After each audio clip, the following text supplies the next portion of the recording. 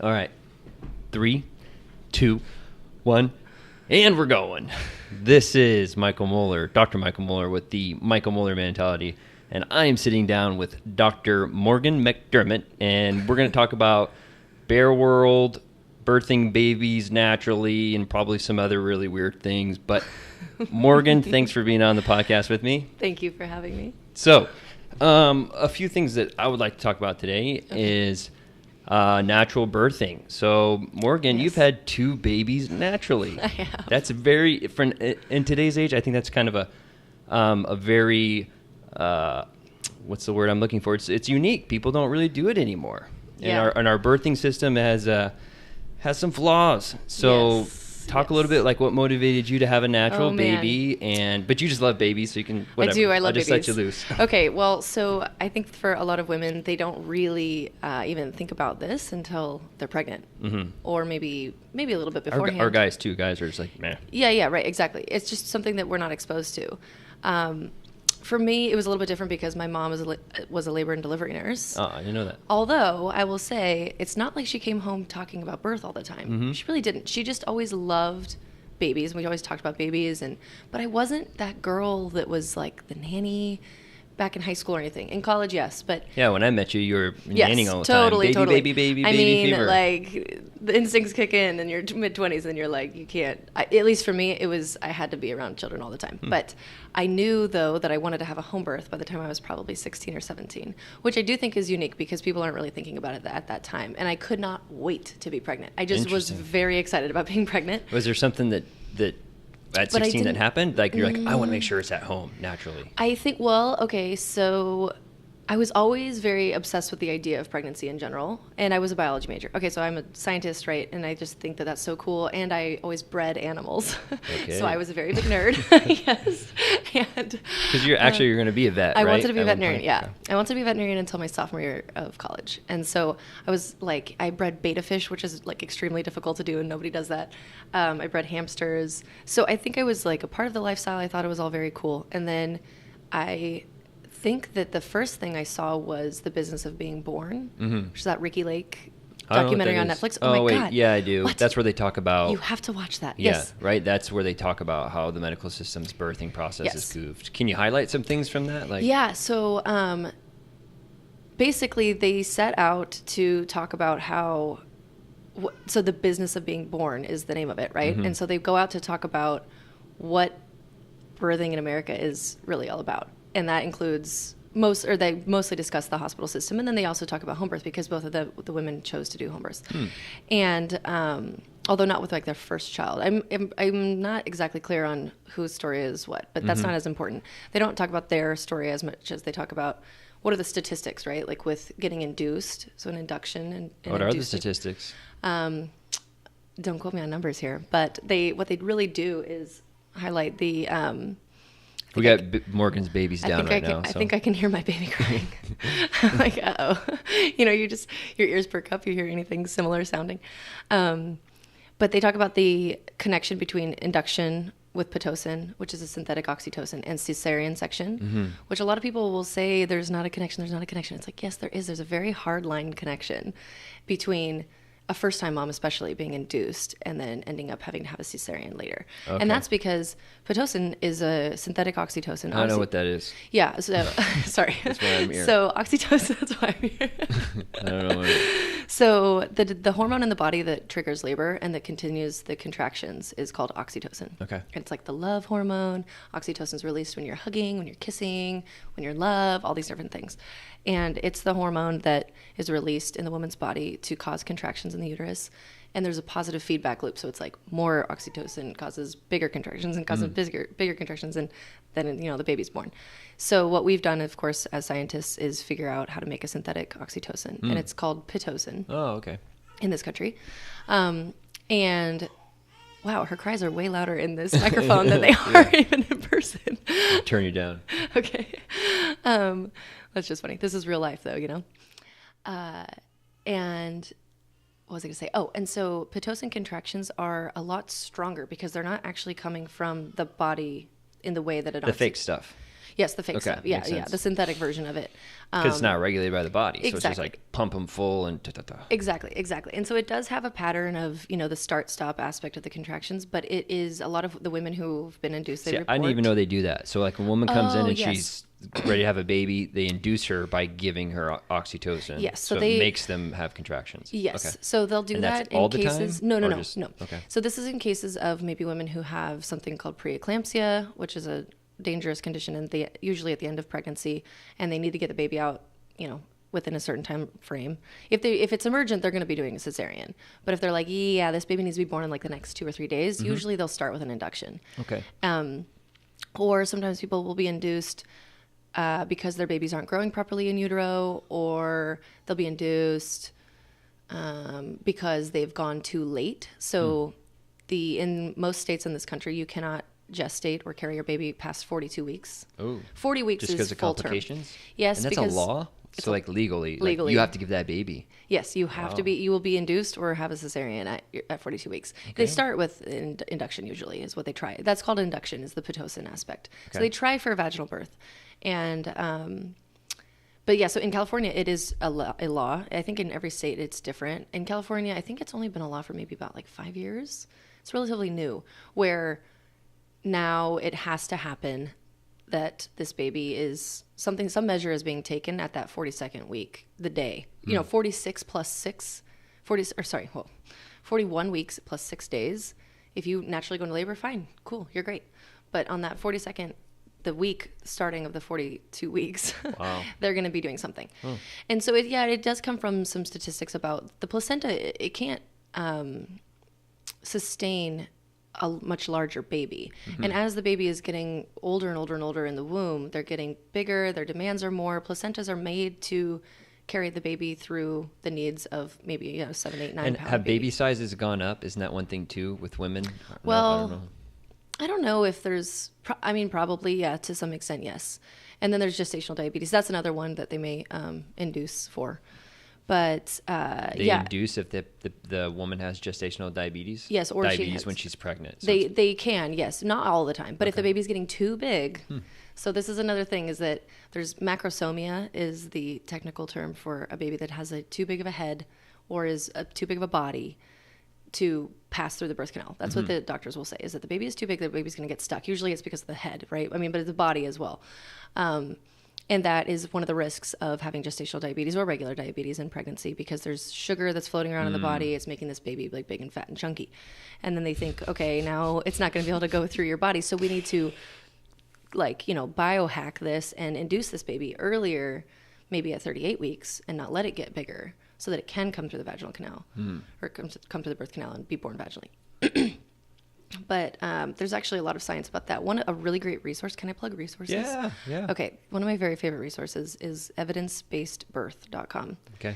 And it is this woman who has her PhD, and she was like a very researchy based person. When she became pregnant, she wanted to look into all of everything, and she really deep dove into it. And so she has all these really excellent articles. She has articles that are made for providers as well. Oh, cool. For midwives and OBGYNs and things. She talks about all of the kind of hot topic issues, like delayed cord clamping, where they don't cut the umbilical cord right away at birth. They let the blood drain from the placenta into the baby. She talks about vitamin K at birth and the erythromycin eye ointment, the antibiotic ointment. What's the deal with the K at birth? They give them a big dose or whatever? Yeah, okay. Yeah, you got to think, for me, I don't know as much as you. No, I know. This is all... There's so many things to talk about. Okay, yeah. So vitamin K, newborns are born deficient, quote unquote. And I'm saying deficient with quotes because... So I have to backtrack. I am an evolutionary biologist. I am an anthropologist. I think that a lot of the things about medicine and the reason that why people's health is awry is because we're not acting and living within the realm of our natural habitat as animals. Yes. Yeah. As human animals. We are human animals. And there's a reason that certain things happen. There's a reason certain things don't happen. Babies were always born naturally. At home in a village setting, usually surrounded by other people. I know that there is a subsect of people that believe that babies should be, or women would go off and have babies alone. And of course, there's like individuality. People wanted to do that. And yes, there was women who were dying in childbirth, of course. Yes. I also think that there was a lot of wisdom in the, midwives within all of the traditional cultures, and a lot better prenatal care that was happening then that is happening now. Like hardly any now. People are like, I'm going to have a baby. Yeah. We can talk, I'd like to talk about prenatal care, yes, too. and prenatal care and preconception care as well. There's a lot of cultures around the world that would make the couple, a new married couple, do certain things, eat certain things for up to a year before they were allowed to get pregnant, because they knew that the nutrition mattered. And then how does that then play into the way that the birth is going to go and what exercise they're doing and everything? It's all connected. But anyways, so when babies are born, they have lower vitamin K, serum vitamin K levels than adults. Makes sense. Yeah, makes sense. That they would be lower than, it's lower, it's statistically significantly lower. And so the issue is that there's this very rare complication where it's the hemorrhagic disease of the newborn, where if a baby begins bleeding, maybe internal bleeding, something that happened from the birth. Because K is important for clotting. For clotting, exactly. That then the baby won't be able to clot and the baby will bleed out and die. Oof, and that definitely happens. It's very, very rare, but it does happen. And so the medical system's way of circumventing that is to give every baby a big dose of vitamin K at birth. Okay. To help their blood clot. And, there's certain risk factors that would make that make more sense. Babies born via forceps delivery, where they have these kind of big tongs. Yep, and they are helping assist the baby's head out, maybe because the baby is stuck. Which I say stuck. I mean, yes, I know babies can be stuck, but so many of these scenarios are medically caused. Yeah, and that's one thing. Like the fear of having a natural birth is. Almost a lot of the fears. I need the doctor. Yes, exactly. But I need this. Oh, my baby was saved by the doctor at the hospital. Oh my God, thank God my baby was born in the hospital. Yeah. And yes, there are true emergencies, but there is also what kind of the business of being born, what their angle that they're getting at is that like many, many, many of these issues, these emergency issues are caused because there was medical intervention in the first place. And you have to think about this. This goes back to, this is like my favorite topic to talk about in the entire world, which is that you have to think about if we're animals, right? And we have certain hormonal pathways that have to happen. Birth is a lot like what they say, the midwives will say, right? Like the hormones that got the baby in are the hormones that are going to get the baby out. Oh, okay. So it's a very like sexy, intimate, vulnerable experience. And they also always say to not have anybody present at your birth who you wouldn't feel comfortable having a bowel movement in front of. Okay. Because it's very vulnerable, and your legs are spread and it's like, well, who's here and who's seeing me? And like, maybe somebody had never been seen naked by anybody else except for their partner, and that is a really trippy experience, especially in a hospital too, where it's cold, freezing cold, sterile, bright lights, somebody you don't really know. I mean, a lot of the time people will have an OBGYN and they hope that that person is going to be present at the birth, and then they're not because they're on call, they're on vacation, whatever happens. You're sort of just, here's this random OBGYN you've never met before in your life delivering your baby. Well, the woman is always delivering the baby. Here's this man or woman catching your baby, I should say.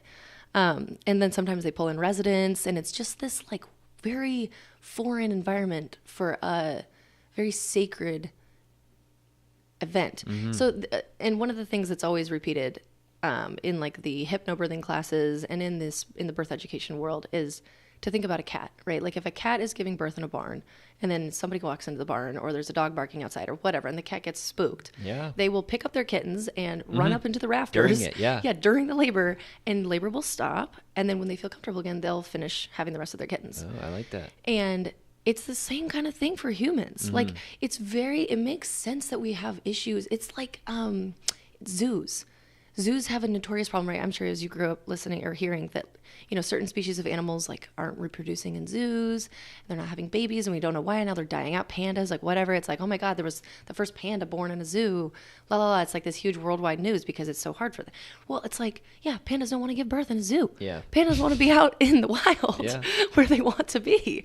And I don't think because we are humans and we do have this very smart brain that we don't think that all of these little animalistic things affect us, that we don't think that the bright lights will affect us, or we don't think that, but I'm too smart for that and it's going to be fine and whatever. And I mean, I can get behind that as well, but I'm just not, I'm not giving up this like very huge aspect of us, which is I'm with you 100%. Our biology, right? We evolved into these situations and to outsmart them. I tell my patients all the time, there's no such thing as a biological free lunch. Like, you can use math, you can use speed, like you're going to feel great for a little bit, but you got to pay for it on the back end. Like something happens, like for every action, there's an equal and opposite reaction. And that's why I would like to educate people and encourage them to do natural birthing, because I feel very similar to you. I'm like, why are we doing this weird stuff? Yes. So well, and oh my gosh, there's so many areas we could go. Okay, so first off, there is like the bigger, larger impact, because people will be like, well, why? Why does it matter? Why does it matter if I get an epidural, or if I have a planned cesarean, or if I have an emergency cesarean, or whatever? Who cares? Why does it matter? And I guess this does like play into a little bit more of the spiritual aspect of life, but it's reverence for the new being. yeah. It's having respect and being in complete awe and brought to our knees at this moment when a new being is brought into the world, and how that happens, and it matters. There's this Got chills. Totally. I mean, that's one of the fundamental principles of Christianity, is like the baby's born. It doesn't matter where. It's in a stable. All the kings come from everywhere. Oh yeah, it's a huge to deal. bow to this kid. It's like Yes. kids are what are the most important part of society. If we don't take care of them, They're the society new vanishes. community members. Yes. There's in this, I did this really fantastic postpartum training called Innate Postpartum Training, or Innate Postpartum Care. And it's this midwife who's been she's lived in very different cultures, traditional cultures and villages for many, many years, and witnessed the way that they do birth there. And then most of her work is focused on the postpartum end of how are they taking care of the women postpartum, because that is another area where we really royally screw up in this country. We do. And one thing that she's always talking about is just that the different, one of the major differences here in America compared to traditional cultures is a new baby is born here, and it's like, you go out. I remember this when I was pregnant. I would be pregnant, walking around. Everybody's opening doors. They're smiling at me. They're so sweet. They're getting up and giving me their seat. It was awesome. It's awesome being pregnant. Everybody loves a pregnant woman. I was going to park at Burger Lounge today, and it's like expecting mothers. Yeah. I was like, son of a... yeah. All right, exactly. whatever. It's like, I like whip my car. They're like, yeah, that's me. And everybody smiles. They're like, oh, what can I get you? You know, they want to talk to you. Is it your first baby, your second baby? And then you have the baby. And you're out in public with the baby. The baby's crying. Yeah, you're a nuisance. And everybody's giving you that look like, get that kid out of here. Oh my God, they're not, you're trying to push a stroller in and open a door at the same time, and nobody's helping you. And it's so weird. It's like, as soon as the baby's born, nobody cares anymore. And of course, older people do, because they get it. Older, like grandparents. Saying generational wise, Yes. our generation's been bad at that. Yes, exactly. And I just think even like our generation, when we get older, we're going to look back on babies and really understand like how beautiful babies are. But maybe the like 50-year-olds are not really understanding that, and younger. And just like how difficult it is to be out in society now with this like little baby. And I can't really control that it's crying. Sorry, do you want me to just like sit on the floor and nurse the baby right now? Like, I'm trying to get into the store to like I'll do just shut it up something. real quick. I'll throw it out. Yeah, throw it out the window. Like, sorry. Yeah. Right. But so it just plays into this idea that we don't really value our new community members.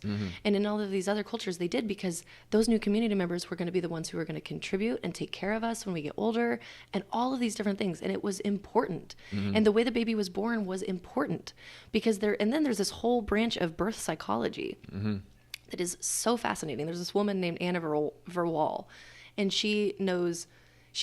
her whole entire life work is about birth psychology and how personality types can be influenced by the way that a birth went, or that the baby's personality influenced the birth, that the baby didn't want to be born a certain way, or the baby did need to be born a certain way, or whatever. I was like a week late. Were you and late? There's often times where I'm a Taurus rising, but I'm kind of like slow in my decisions. So it's like one of those things. People are like, "Are you ready?" I'm like, "I was born late." So what does that say about me? Like, right. Well, exactly. No, Anna Verwal would have a lot to say to that. Yeah. Or breech babies. Or she'll talk about babies who were late and then they needed to be induced, and how maybe there's these themes, and like, who knows how much this is actually playing into people's lives. Yeah, but still, it's all cool. Oh, it's very cool. And like how maybe that baby or that person will kind of have these patterns in their life where they need to be like constantly pushed to be doing something, right? Because they had to be induced to be pulled out, right? Like, whatever, either way. Or maybe precipitous births is a precipitous birth is a birth that happens in less than, I think, is it 3 hours? Wow. It's a very quick birth. I've seen that, like a woman in the freaking doorway. I've seen some yes, of those exactly, videos, where they like, can't even make it to the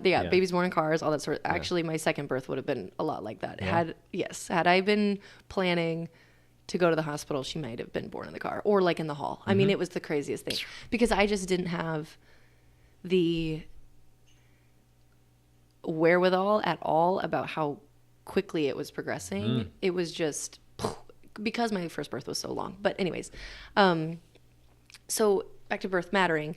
There's this OBGYN, this French OBGYN, who has this very famous quote that says that peace on earth begins with birth. Okay. And it's just all of it. If you think about it, right? Like if we had reverence and like ultimate, cesarean was only for emergency or when it really, really mattered.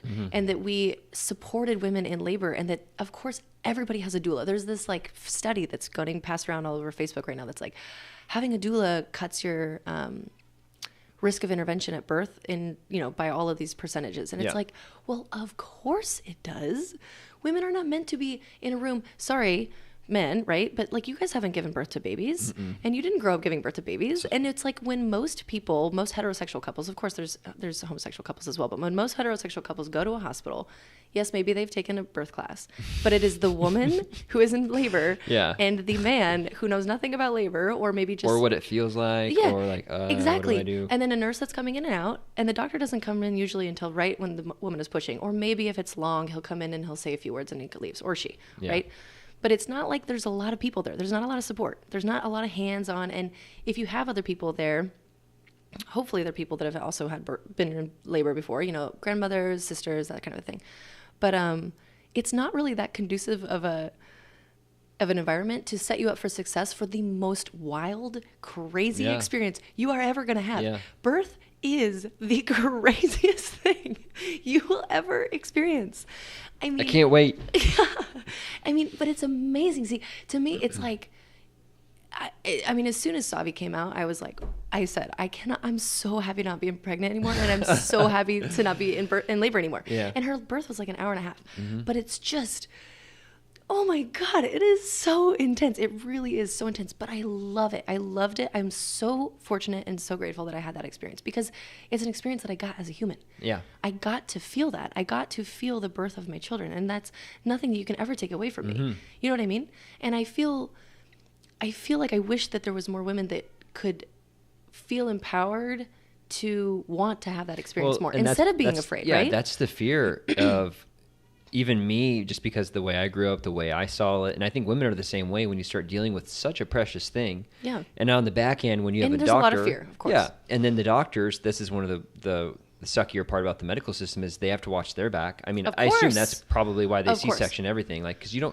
that baby dies doing anything else, it's on the doctor. Totally. So. Exactly. There's a lot of liabilities, unfortunately, and just the whole thing. It's like birthing within the system, right? And there's risks no matter what you do. There's risks no matter what you do about anything in life. Stay home and don't drive on the freeway. Go to work and drive on the freeway. Risk with everything that you do. And birth is one of those. It's kind of like the first gateway into parenting, where you have to be making these decisions, and you don't know if it's the right decision or not. And it's just what you have to do. But in my mind, I always think, okay, well, what are my best chances, right, of having the hormonal cascade happen correctly? If I am able to have the quiet, the dark, full control over my surroundings, the support of the midwifery model of care is very different than the OBGYN model of care in America. It's a lot more individual. You are going to birth with that. Usually midwives are women. Like, I don't even know if there's any male midwives in the country that are practicing right now. So maybe. You are going to birth with her. She is going to be the one to deliver your baby. So what is a midwife? Okay, midwives.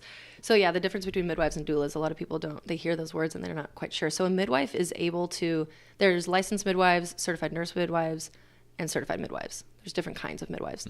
And depending on the state and the laws, they are able to completely take a woman from the prenatal experience all the way through the 6-week postpartum. So you would reach out to a midwife when you're like, I'm getting pregnant, or? Yeah, you would. So a lot of the time you are not going to actually see her for your first appointment until around 12 weeks. Okay. Because I'm going to see if we can back things up. Okay. I would want to start kind of with. Okay, I want to get pregnant. What do we do? Yes. Okay. Yes. All right. Yes. I want to get pregnant. What do I do first? Okay, what do I want to do? I want to get pregnant. Well, first off, can you give me an outline? Yep. You go to your naturopathic doctor and you talk about preconception care. How long before I want to have the baby? Okay, so if you are on birth control, hormonal birth control, in my perfect ideal world, for a perfect situation, this is what it would be, is that the woman is off of a hormonal birth control for at least a year prior to conceiving. And that she is And why is that? Because the hormones will affect the pregnancy, right? Yes. For a lot of people don't know that, like oral birth control, or you're taking hormone replacement. Right. So your body's like depending on what you're doing, it thinks it's already pregnant. It already thinks it's so pregnant. So it's not like you got to... You're not ovulating. Yeah. And so, yeah, exactly. And so for some women, you know, you hear the stories, they miss a pill one time and then they get pregnant. And it doesn't actually affect them in that way where they're not ovulating regularly.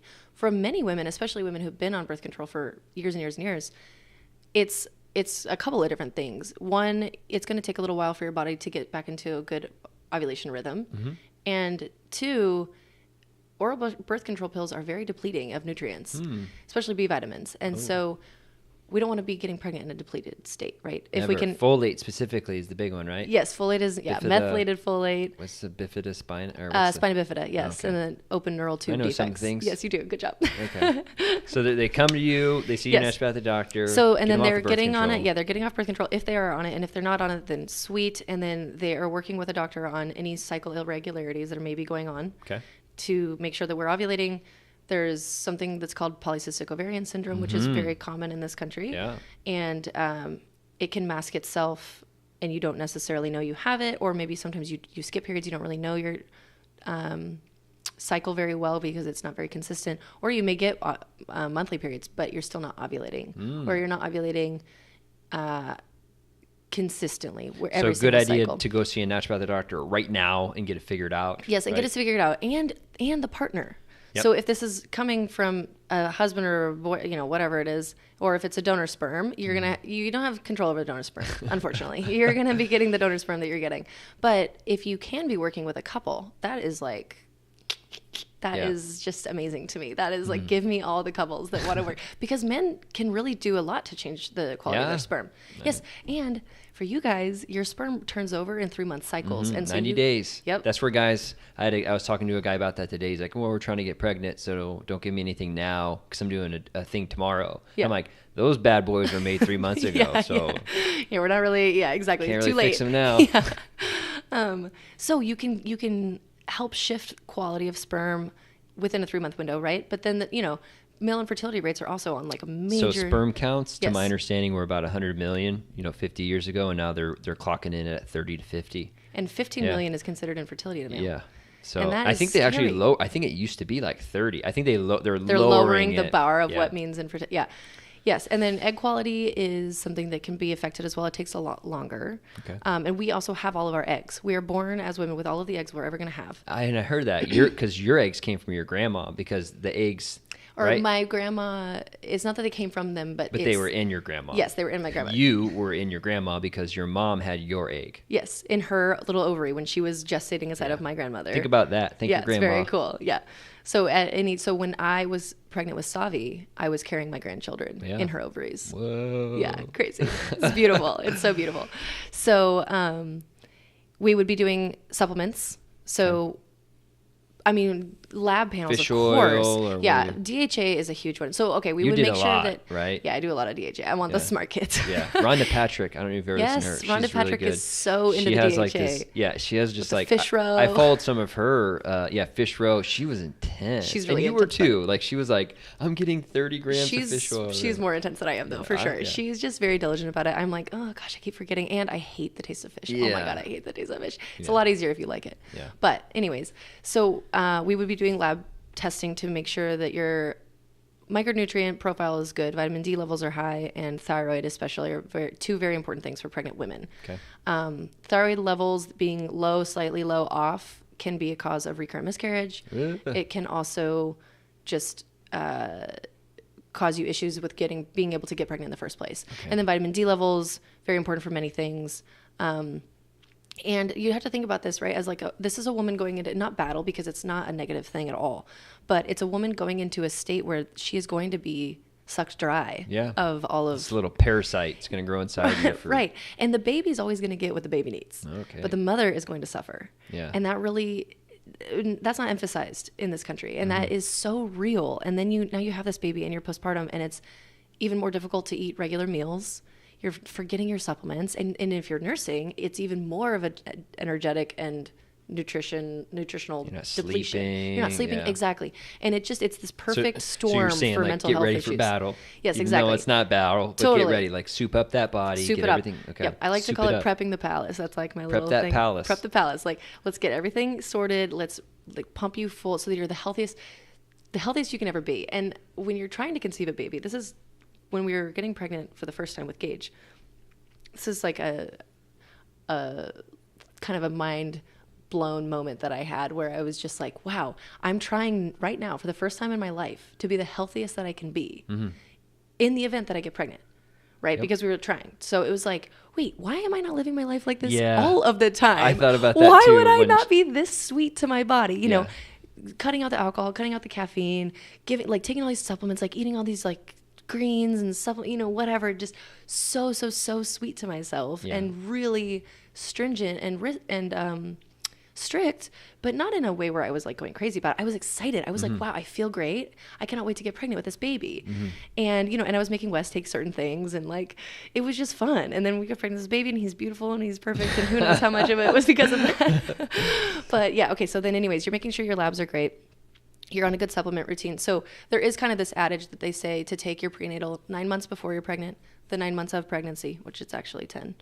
And then the 9 months postpartum. Okay. So there's like this 999 thing. You could just follow that if you wanted to. I think I took Herman Cain had a 999 tax deal. Do you remember that?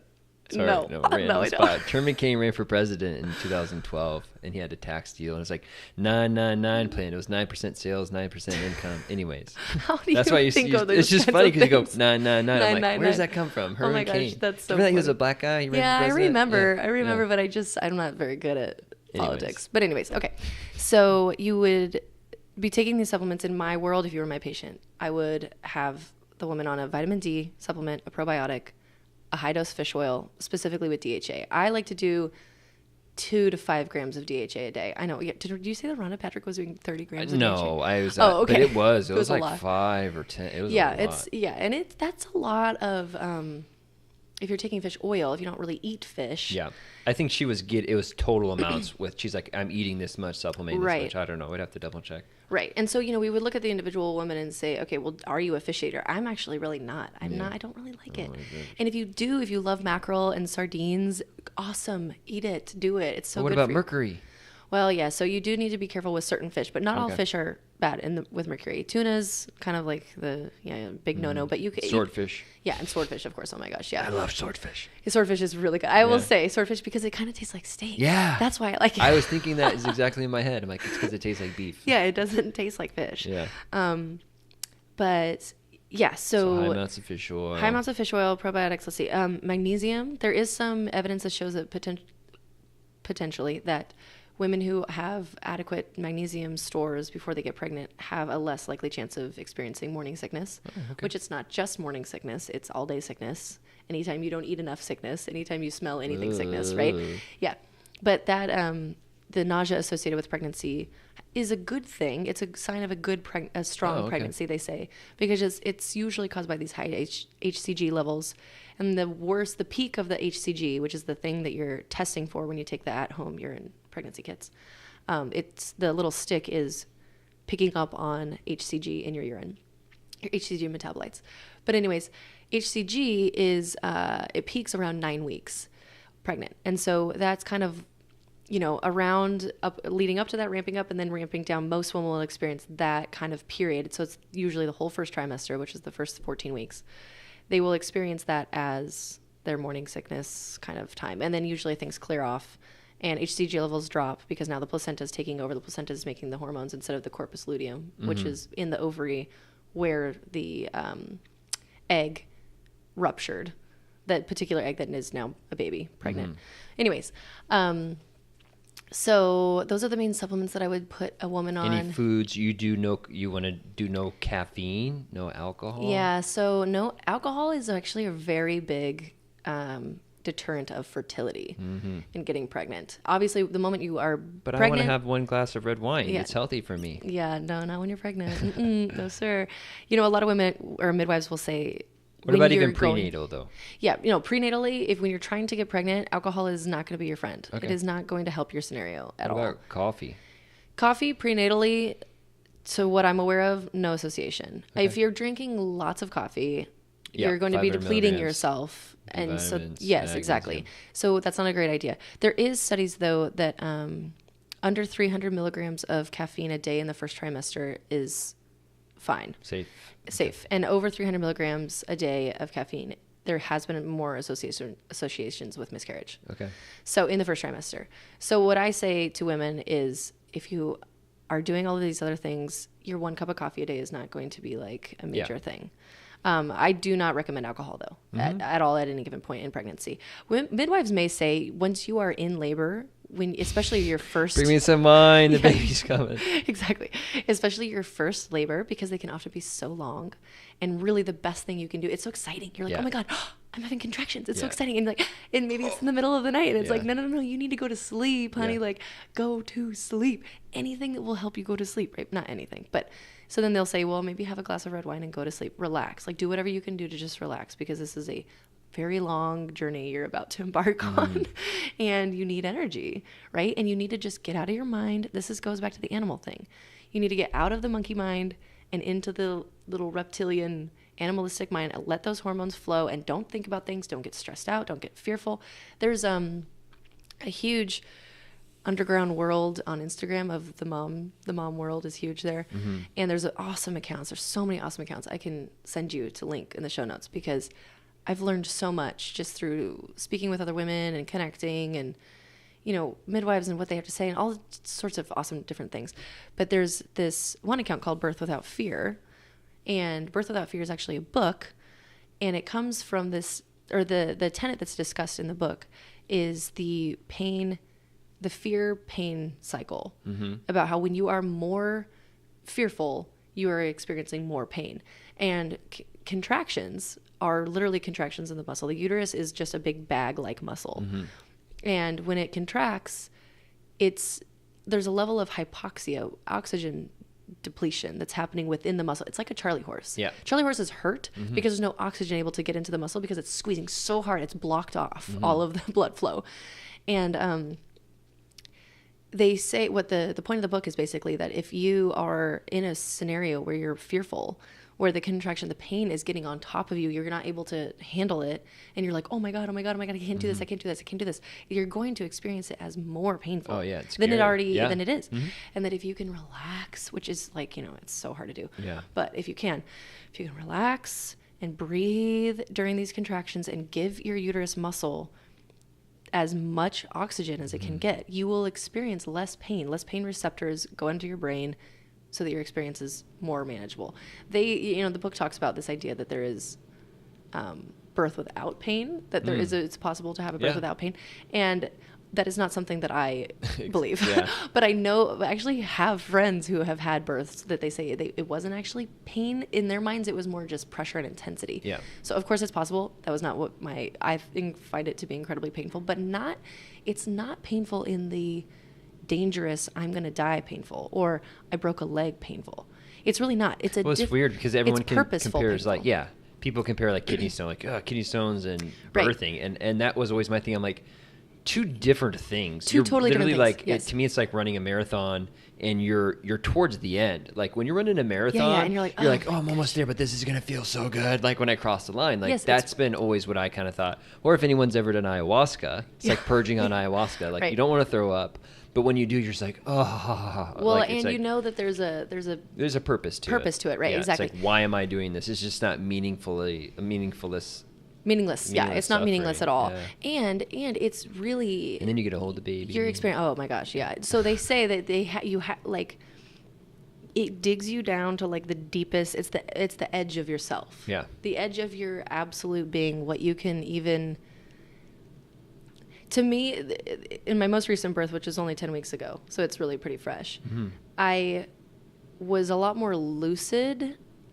I wasn't really affected by the hormonal cascade because it was so quick. I didn't really have enough time to get into this like labor land, they call it, which is like kind of the hormonal cocktail of the mix of oxytocin and endorphins when you're not medicated. Yeah. When you don't have an epidural, there's this natural flow that happens in your brain to protect you from experiencing it in such raw, fleshy, lucid moments because it's so intense. Yeah. So your brain is like, hey, it's okay, it's all right.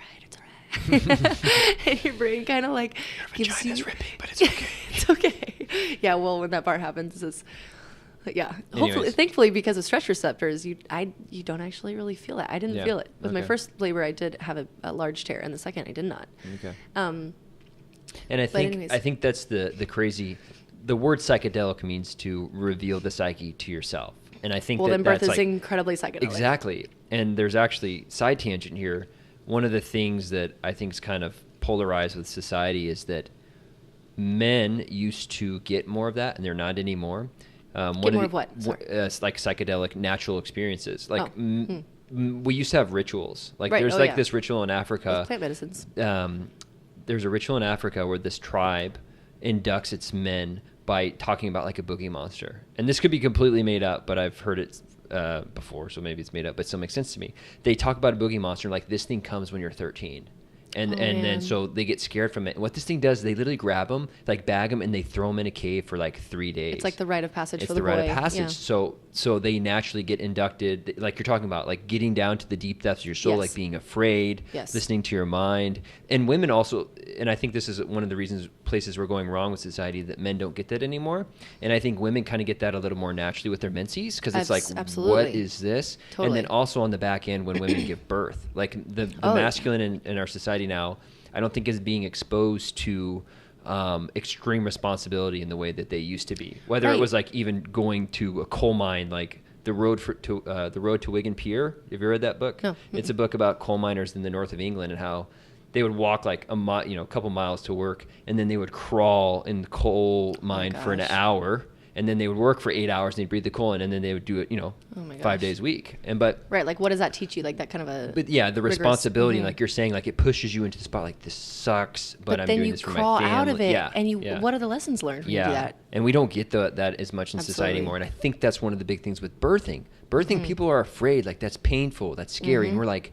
our society now is all like, pain is bad, stay away, give drugs, like don't do anything difficult. Right. Oh, you don't have to experience. Why would you want to experience that if you don't have to? Like, oh, you could just like sit there and watch TV and have your baby. And it's like, yeah, okay, I guess you can do that. And of course, there's going to be people who want to do that. Sit there and watch TV, you're like clicking it. Yeah, literally. I mean, you see images of that, right? Yeah. Can I put on a podcast real quick? Women are hooked up to an epidural. Someone's having a baby right now listening to this. Yeah. Yeah. Oh, lots of women are having babies right now around the world. Yeah. Totally.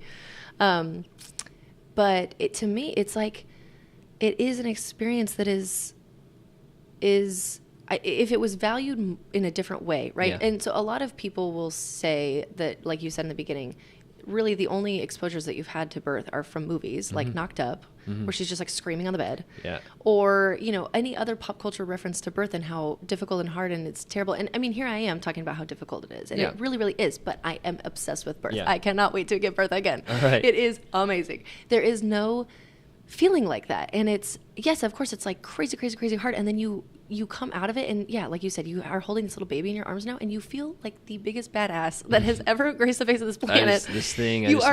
I just made this baby in my body, which is alone, it's like amazing that this happens, because we don't have to think about it. We're not like, okay, today's ear day, and like sitting here, it just like happens. Our bodies just do it. Right. There's another toe. And yeah, exactly. Like, oh, I'm just thinking so hard and making this happen. No, it doesn't. It just happens. It's amazing. And the getting pregnant, the pregnancy, and the birth. Of course, there are women, and I have to be sensitive to this, right? That getting pregnant is very, very difficult. Yeah. Couples, right, where they do need medical intervention to get pregnant.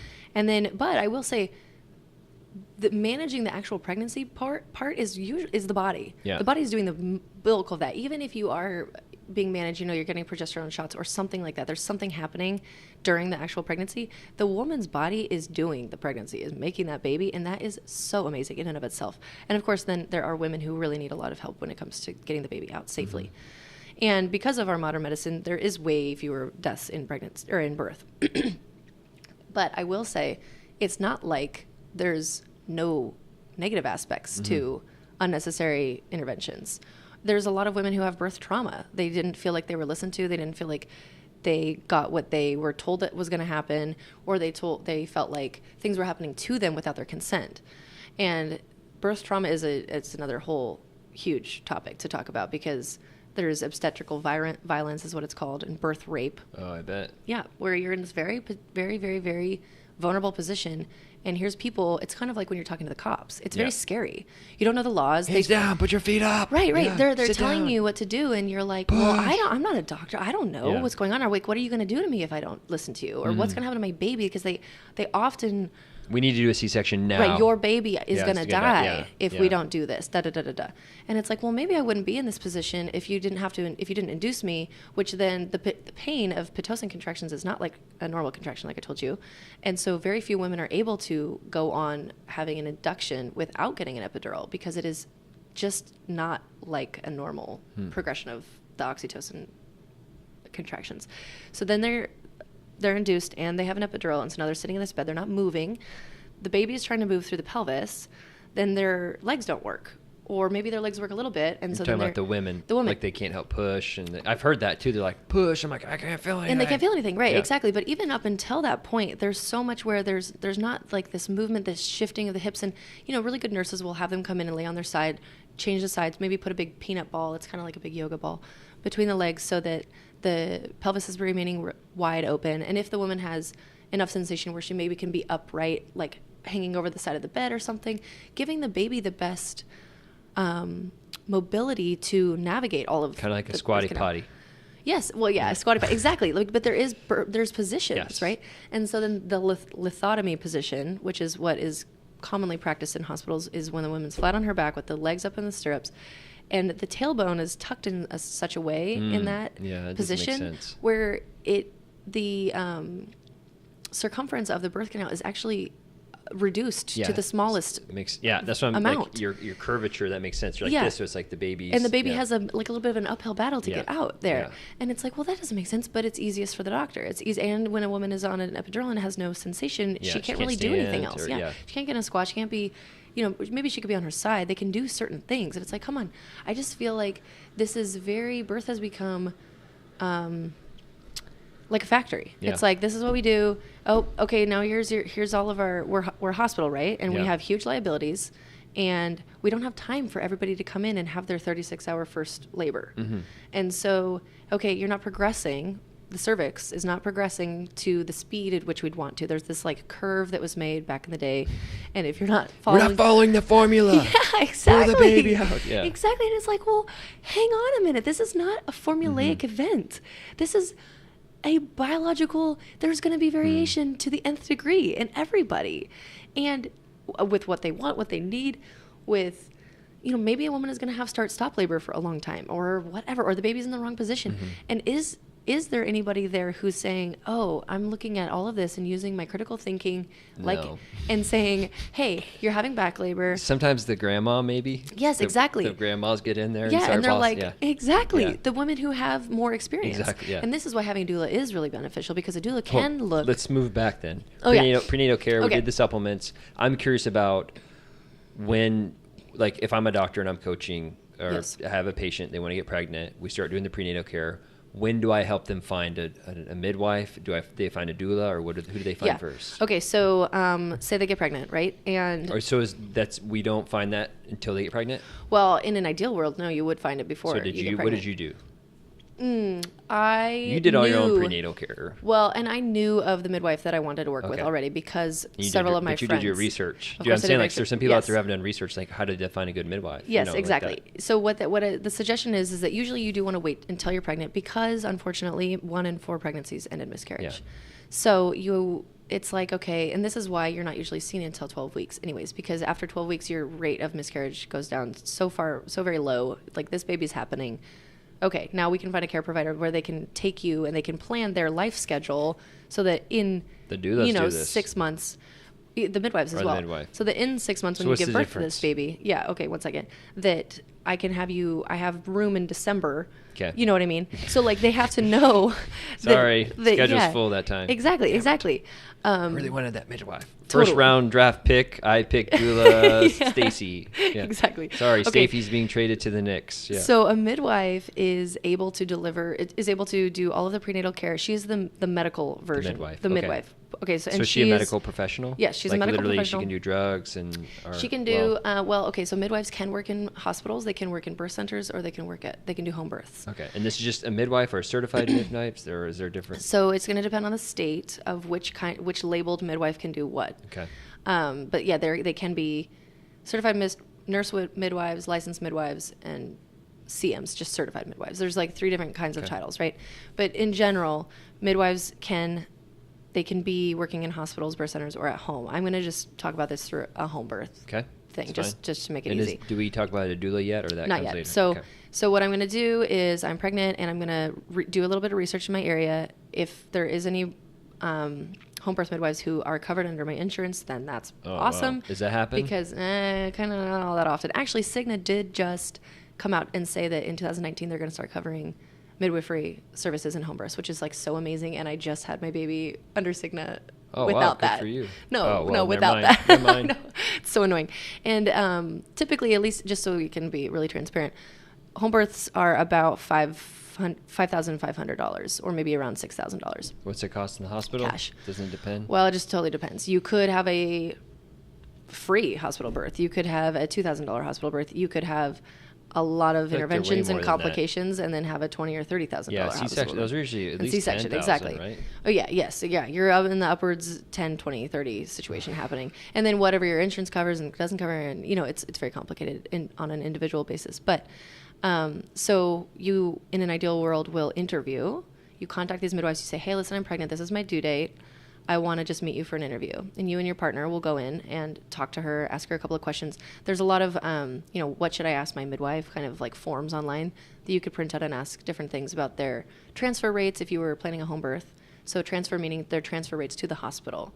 So in their statistics of births each year, how many of their births are ending up actually at a hospital? And that is important because sometimes midwives get a little like trigger happy, they get a little like nervous, and they send you to the hospital when you don't actually need to go to the hospital. Or sometimes they're just not managing care properly, and they're, or whatever it is. And of course, things just happen too. Random spontaneous things that nobody could ever help. And if like fetal demise is the term for when a baby has passed, like maybe during the birth process, like a cord accident, something happens, and they're born. They pass right before they're born, or sometime in the process. And that's a scenario where it doesn't matter if you're in a hospital. It doesn't matter where you are. You can be on the operating table. They're not going to be able to save that baby. Like something is happening. The cord is compressed. Like whatever is going on. Or it could be a scenario where, the heart tones, like the midwife is during the birth is listening to the baby's heart rate with a Doppler. And they're like, oh, these heart tones, I don't like this. This is sounding bad. We're going to transfer. This is like an emergency. So they transfer you by ambulance. You go to the hospital. You have an emergency C-section. The baby's born. Sometimes the baby has brain damage then. And that's generally the way that cerebral palsy is or occurs. And so there's different things that can happen. But my point is that there's certain things that it doesn't matter where you are. Something's going to happen. Because a lot of people will say, is home birth safe? Yeah. That's what I share sometimes. Okay, we're good. But okay, so you interview your midwives, you kind of find out what's going on. You get a good vibe from them or you get a bad vibe from them. And it's funny too, because like right when you're first pregnant, everything just shifts and changes, at least like on a subtle level. And I'm not really even talking like mama instincts. Yeah. And just like hormones and stuff, and you get sensitive. And there's this midwife in town that a couple of my friends really, really loved, and I interviewed with her, and I think she said like one thing to me, and she kind of like didn't smile when she said it, and it just crushed my soul. Like it made me, I was just like, oh my gosh, I was so hypersensitive and kind of feeling like insecure, and I was like, no, I cannot choose her, And then the midwife that we ended up going with was exactly the vision that I had for a midwife. What I wanted when a midwife was like this grounded, grandmother-esque, Mother Earth, very confident, delivered thousands of babies, like super chill person, because I am not like that. And I knew that I wanted to, my biggest factor of if I was going to have the home birth that I wanted was to get out of my own head. I knew that I am the person who tends towards anxiety, and I could be thinking too much and not getting in my body and getting in that really, really physical experience, and then maybe stall out or go to 42 weeks or whatever it is. So anyway, so that was like my care provider. So then you choose your care provider, and you can choose a doula right away. So the doula is just labor support. Okay, so you have the certified midwife is there. The doula is just kind of helping out. Yes, and like so a nurse to a doctor. Yes, except that the only supporting you as the birthing person, though. Okay. So the doula has usually no association with the midwife. I mean, all the midwives and doulas in a particular town usually like know each other, and they've seen each other at births and things. But it's not like, oh, you hire this midwife and you're automatically set with this doula. They're independent. Because people want to be similar to, when you choose your midwife, you have an individual kind of idea of what you need and you want in a labor support person. And so sometimes they differ. Doulas, yeah, exactly. Okay. And doulas are usually mothers themselves a lot of the time. And it's like, well, they can only take maybe only a doula only takes one birth a month or something like that. So a particular midwife couldn't give all of her clients the same one doula. You see what I'm saying? Yep. So anyways, so then you can find a doula. So DONA is the doula kind of like registration body or overseeing body. You can find doulas in your area and you would contact some of them. I mean, word of mouth is always the best way, though, to talk to your friends, talk to your other mom friends and be like, hey, who did you use? Why did you like her? What did she help you with, etc. Here in San Diego, the Birth Education Center is run by a woman named Care Messer, and she is like a saint on this earth. She is an absolute goddess. I love Care Messer so much. I cannot speak Shout out. her praises even at higher.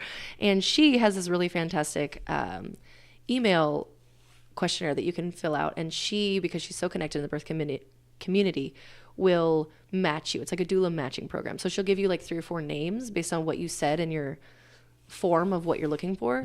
And then you can then contact those women.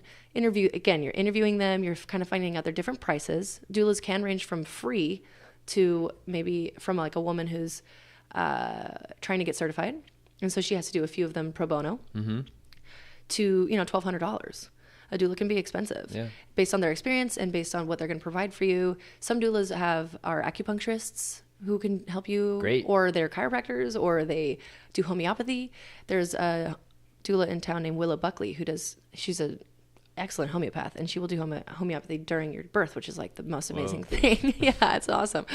I didn't actually have a doula for either of my births, but I've been a doula though for a couple of people. I'm not like a certified doula. Don't ask me. No, I am. This is just me being a friend, but then knowing a lot about birth and being so very in awe of the birth experience. And I just love to be able to provide that kind of support for a woman in labor. Cause it's just, it can take so long, it's 30 hours plus, it's whatever.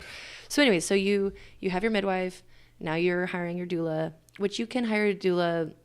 I would say most people probably hire a doula before 20 weeks. Okay. Before the halfway point, simply because, and that's a great idea, simply because, like I said, they will get booked up on the back end they will already have women who they know are due in a particular month, and then they can't take you as their client because they're on call from 37 weeks to 42 weeks. That's 5 weeks of being on call. That's kind of a big deal. Yeah. And so, and they're sleeping with their phone on every night and they're just like waiting for it, anyways. So the doula is very, very important because she is a labor support person, and they have excellent training. They can look at a certain pattern happening in the labor and know how to put the woman in different positions that can maybe move the baby a little bit. Does the midwife help with that too? Some midwives do. Some midwives are very hands-on and they're like, okay, do this, do this, do this. Yeah. Some midwives are very laid back and will just kind of watch the birth process, knowing that the woman's the baby's going to come out and everything's going to be fine. Okay. It just depends. Again, it's like the personality. So, but don't the doula and the midwife need to like get along? Totally. Like, yes. No, don't put her in that. Switch her over. No, we're going to go this position. I would say most of the time doulas don't really clash with midwives, but doulas do sometimes clash with nurses in the hospital. Yes. Because the nurses in the hospital are following protocols from the doctor, and it's not, it's shooting the messenger, right? Like it's not their fault, but they have to, they're like, okay, the doctor wants to start Pitocin. So say a woman hasn't been using Pitocin, but maybe it's going too slowly. And then the doula is like, no, give her another hour. I want another hour. And then the nurse is like, no, she needs to get it. And they're just kind of this back and forth. Because the doula will also be your biggest advocate. If you are birthing outside of the home, they are your biggest advocate sort of against the other people working in getting this baby out, right? Being the doctors and the nurse, to make sure that your birth plan is implemented. So when the baby comes out, that if you didn't want certain things to happen or you do, the doula is like the watchful eye, making sure that in the chaos and beautifulness of the moment, that it's actually being upheld.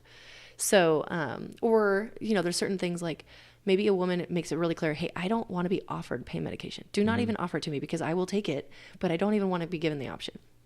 So then say a new nurse comes in, or it's a change in shift, and the nurse comes in, doesn't really read the birth plan or something, and starts to offer it, and the doula will be like, hey, hey, she doesn't want to, she doesn't want to be offered, and they're like, oh, okay, like I didn't know. But so the doula is that person, because if dad is there, usually the physical, like he's being swayed on and pulled, and he's just kind of like, he's trying to do the best things that he can too.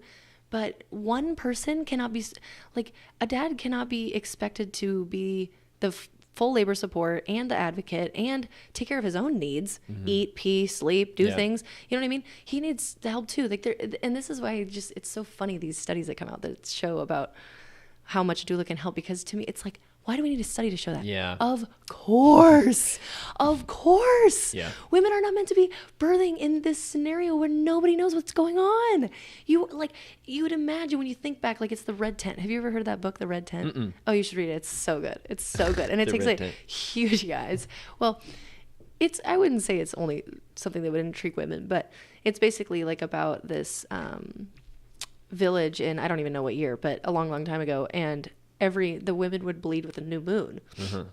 Excuse me, I'm a little bit congested still because my 3-year-old keeps bringing home all of these Seems sicknesses. like it. So anyways, the women would bleed on the new moon, and they would go into the red tent during their menses, and they would all just kind of like sit and rest and have their menses together in this tent. And like, the book is just beautiful because it talks about how they prep for that. They prep and they account for the fact that they're going to be out for 3 or 4 days by making all of this food for the men beforehand and doing all this different stuff. And then there's births in the book as well. And like, the main character in the book is becoming kind of like an apprentice midwife, and like, it's just like fascinating. It's awesome. And then the book takes like this whole spin, and like the whole second half of the book is completely different than the first. It's so good though. You should read it. Red Tent. Well, and I think about this a lot too with the last 100 years, women entering the workforce more. When I went and sat in sweat lodges in the Native Americans, which is just, we can maybe stay away from the politics of it, but there was a woman there that wanted to go in the sweat lodge, and she was on her period. And the guy's like, hey, you can't come in there. And she was like, you're being sexist, blah, blah, blah. This stuff. He's like, no, like, this is your body. We're doing this for you. Yeah, like, right. the sweat lodge was work. Yes, it is work. And you are in a state of like, you're more important than this right now. Like, go take care of yourself with the other women, and they'll we are here to serve you. And then there's this like, well, I can do what you do kind of. And he's like, no. Like, I'm not being sexist. I'm really just trying come to back next week. Yeah, right. and that's what gets frustrating with the whole like women in the workforce, and there should be. I'm all for no. women I have working. a huge But like with your period, I'm like, men and women are different in that sense. Right. Like, and you like, I get flabbergasted when women want to work. I'm like, we should have a society where you get a week off because you know. No, I am like, and I know that I'm going to probably get a lot of backlash for saying this, but I don't think that just because women can work that we should be, or mothers more so. Just because mothers can work does not necessarily mean that that's a good idea for the family. Of course, if she has to financially. And if it works, like, the guy can sit at home, like, Yeah, of course. But I think that what we're missing in that is the like bigger general, again, back to the human animal aspect of this, which is that you have a baby, and that baby is dependent upon you for the first year completely for its nutrition. And I mean, we're talking about everything working in a biological sense here. So you're being breastfed. Before formula, babies were breastfed by other women in the culture, right? Or in the village. And of course, like, before, there's a gap period there where they were fed, cow milk and goat milk and different things from other animals. But in an ideal sense, if the birthing mother is not able to nurse the baby, or maybe is having issues, the baby's going to be fed by other women in the tribe. And Gage was fed by mostly one other woman, but he has been fed by 4 women besides me in his life. I want to see what that does, Oh my gosh, antibodies. Can you imagine? I bet it's amazing. I actually just thought about this because Savi hasn't had anybody else's milk yet. And I was like, I'm going to contact all my friends and be like, hey, let's have like a milk share. Yeah. But this is just... all right, we're getting really naturopathic now. I mean, I think it's a great idea. Yeah. But anyways, what was I saying? Oh, okay. So this is an idea that was talked about in the innate postpartum training that I did, which was that the mothers are the nervous system of the household. And just like letting that kind of sit on you for a second. Okay? 100%. Right? Yeah. And if we are frazzled and fried and diverting our attention between the most important thing in the entire world in that moment, which is taking care of and raising this new community member, right? And this baby who nobody else can really take care of the baby besides the mother. Other people take care of the mother. And this is actually something that's so interesting that I really want Wes to be kind of speaking out more about is this like dad's culture, because fathers are not prepared either. Nobody tells the fathers, hey, listen, you're actually not going to be taking care of a baby for a very long time. You're going to be taking care of the mother so that she can take care of the baby.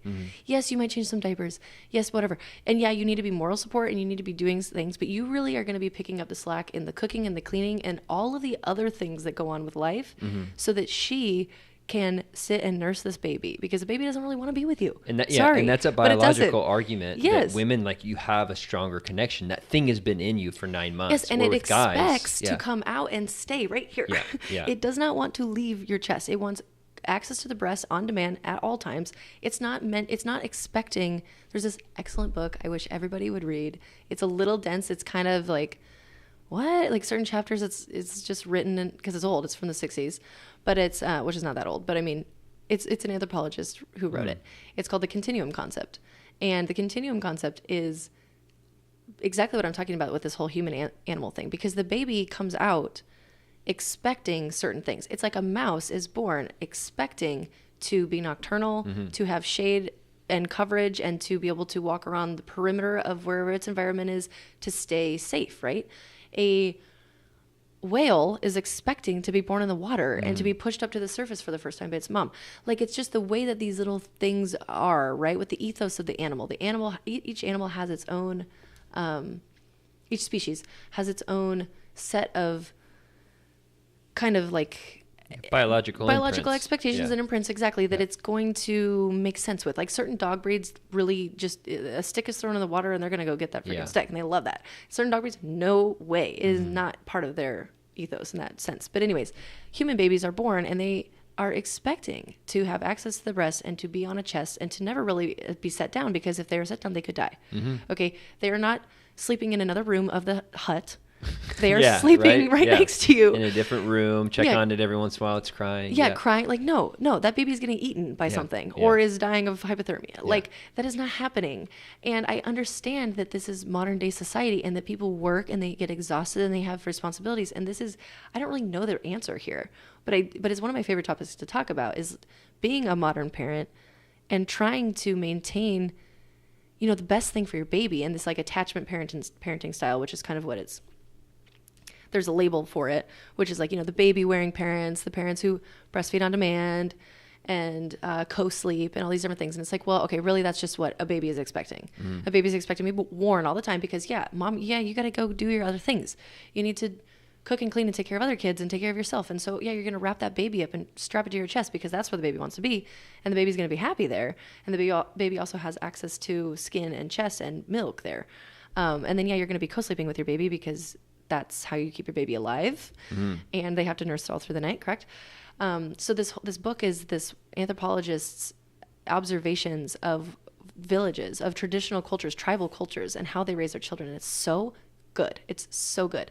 And it just kind of, it's like one of those books that really sets your mind, makes you think about, well, a lot of these things aren't really possible in modern day society, especially in areas where there's poverty, because women are working 2 or 3 hours or 2 or 3 jobs a day.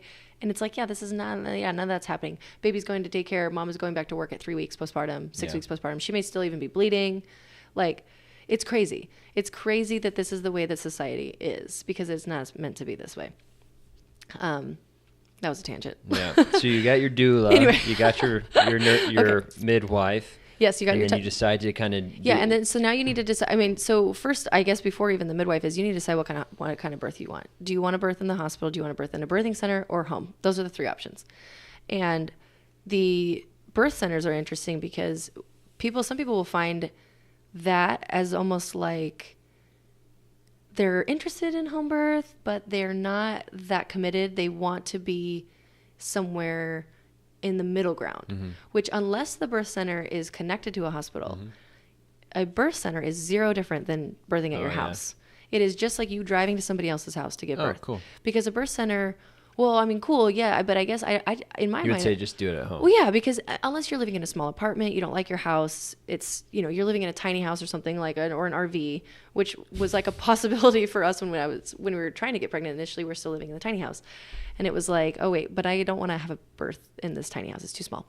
So those are reasons why. Or if you don't have like a bathtub and you want space and you don't have space to have a little blow up bathtub, birth centers will provide those kinds of services. But a birth center does not provide anything medical that a home birth doesn't.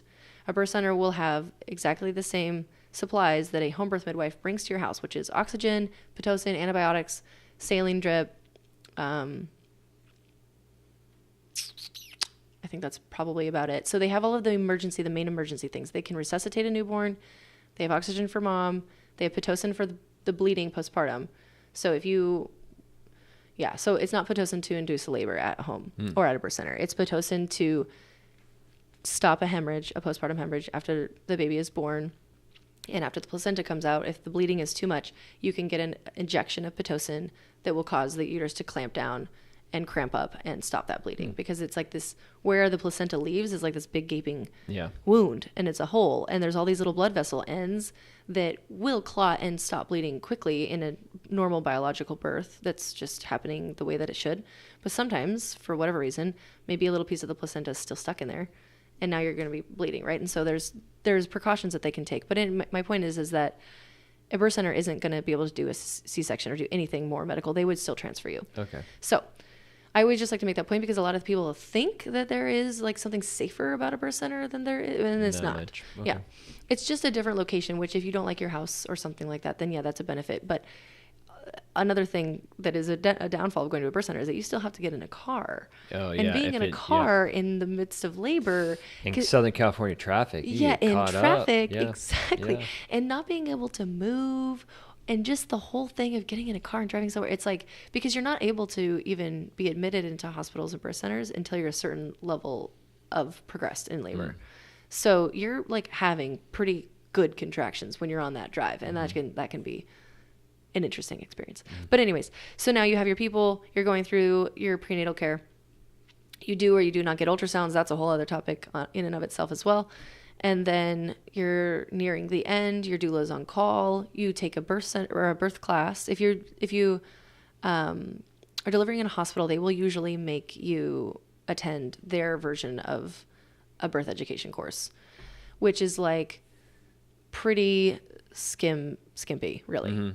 I mean, there is so much information that needs to be given, because this is not something that little girls are just growing up with like we used to. Yeah, we used to in the tribes and back in the villages. Witness birth all the time. We were there, we were watching it, we were talking about it. It was just common knowledge. And it wasn't this thing that you waited until now you're 30 weeks pregnant before you've thought about what is it going to be like, or what do I need, or what do I want to do. And then of course it's scary, right? I think one of the best things that women can do is listen to birth stories. And there's an excellent podcast called The Birth Hour with Bryn Hunt Palmer, and she just interviews women. They just tell the birth stories. There's not a lot of like other frou-frou or anything like that. It's a very consistent product, and I love it. I absolutely love that podcast. And then reading birth stories too, so you can read birth story blogs. Birth Without Fear has a birth story blog. Or Ina May Gaskin. You've heard of Ina May Gaskin? So Ina May Gaskin, she's really interesting. She is probably about 70, and she was one of the pioneer midwives, basically, of America. She was trained on the job. That's a long backstory, but basically she wasn't meant to be a midwife. She was part of this hippie caravan that was moving from the West Coast over to Tennessee to build out this big commune called the Farm. Okay. And on that way, this Oregon Trail-esque type brigade of all of these hippies in these big school buses, a lot of people were getting pregnant, and they were having babies.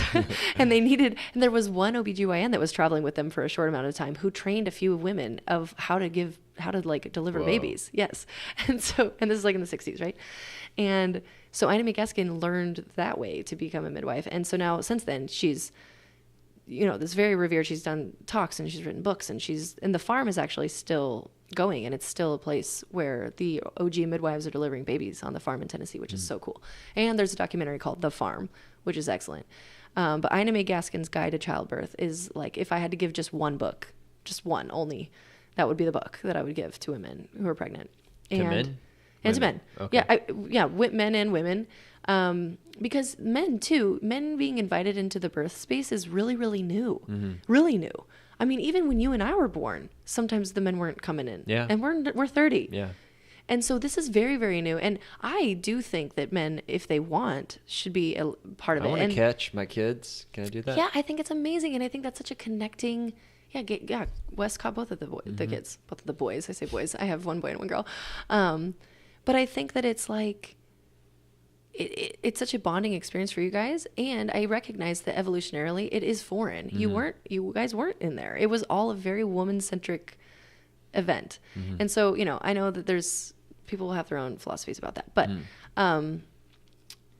the whole first half of this book is just birth stories, and it's written from the women who are giving birth, and they're pretty short, but what it shows you, I think, is that you just read one after the other, after the other, after the other of different scenarios, different things that happen, what it felt like to them, maybe, having prodromal labor where it starts and it stops before it goes into like the real thing, and that can be really exhausting. Doesn't sound like fun. No, it doesn't sound like fun, because often too, because babies are usually born at night, because oxytocin is highest at night, and all of the hormones are in a specific way at night, and it's just like, it's dark, it's quiet, it's evolution's way, or biology's way of being like, hey, here, like, your baby's gonna be born in the middle of the night.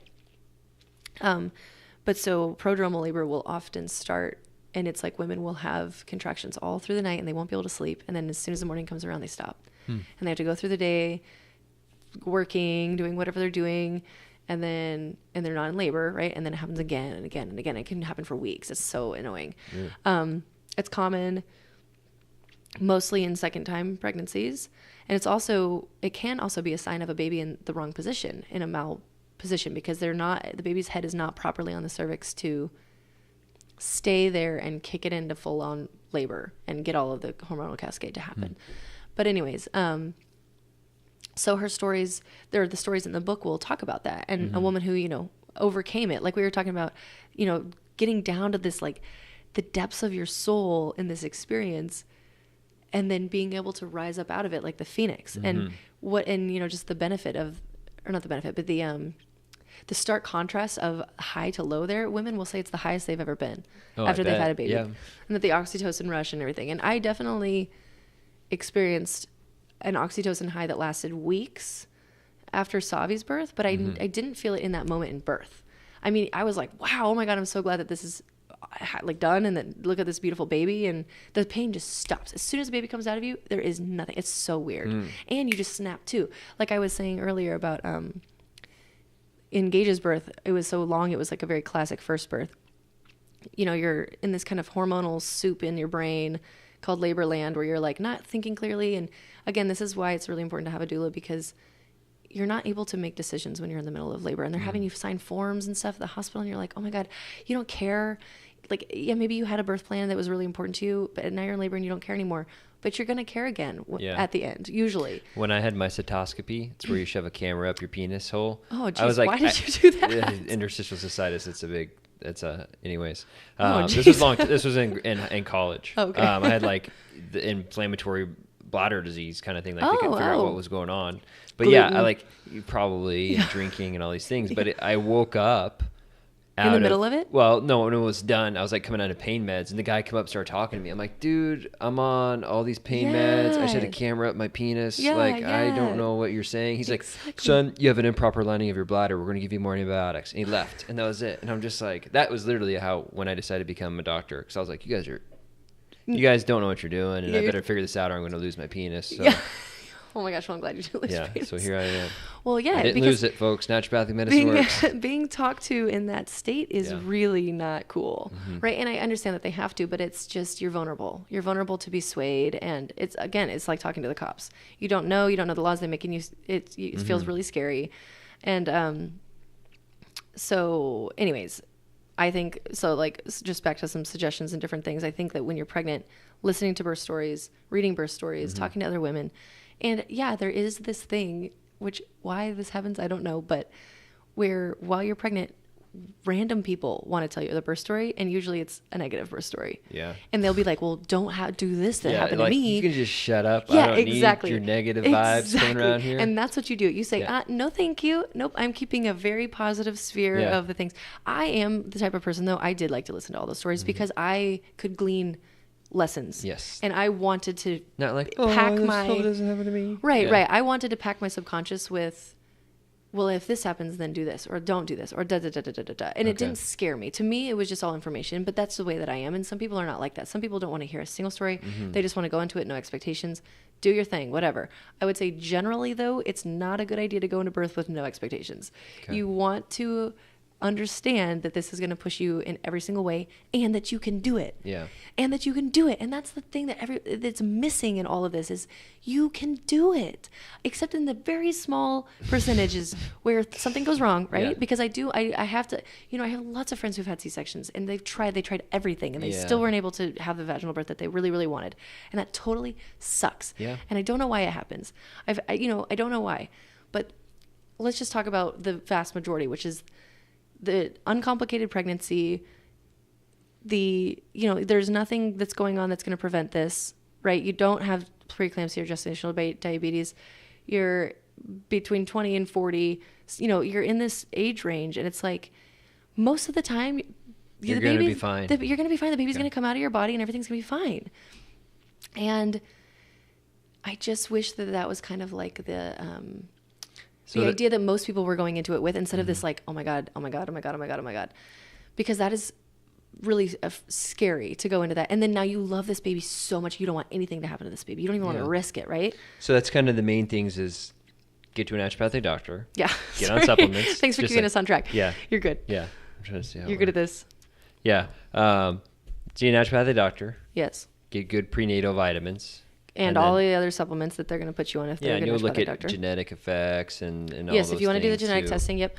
Herbal remedies are really, really nourishing in pregnancy. So nourishing herbal teas like but be nettle. careful. You got to be careful. Certain herbs you got to be stay away from. Yes, of course. You definitely need to be ND. working with a doctor that knows what's going on with everything. Well, and even when you're done, one thing I was hoping we could touch to on a little bit were things that you can do naturopathically for the kids. I always get confused. Tylenol versus ibuprofen, right? And what can you give too much of anything? And then if you want to talk about kind of what you give Gage when he's been sick, because I know he's been kind of absolutely. So what do you do as far as the first year or two? Okay, so babies, like is it what, no ibuprofen or no Tylenol? Well, okay, so let's talk about just like general supplements, and then we'll talk about when they're sick. So. Okay. You can start supplementing a newborn baby with vitamin D and probiotics right away if you want to. And I do think that that's a good idea if it's not something that's, ruining your day with remembering that routine amongst all of the other new things that are going on with having a newborn. But 400 IU vitamin D is little baby dropper bottles of IU or of vitamin D3 will come as one drop is 400 IU. So just one drop in their mouth. It's pretty easy peasy. You can also get probiotics that are in a dropper form, or a lot of the time they're in a powder form, and you can mix up in a little spoon. Oh, cool. Just a tiny bit of milk and the powder, and then feed it to them that way. You can also like dip your nipple in the powder, and then they'll suck it off that way. You can also put the vitamin D on your nipple. There's lots of different ways. Or if you're making a formula bottle, you can put everything just in a bottle. Then if they're sick, so yeah, ibuprofen and Tylenol. So unfortunately, little infants can't take ibuprofen. Ibuprofen. And that's like under 3? It's under.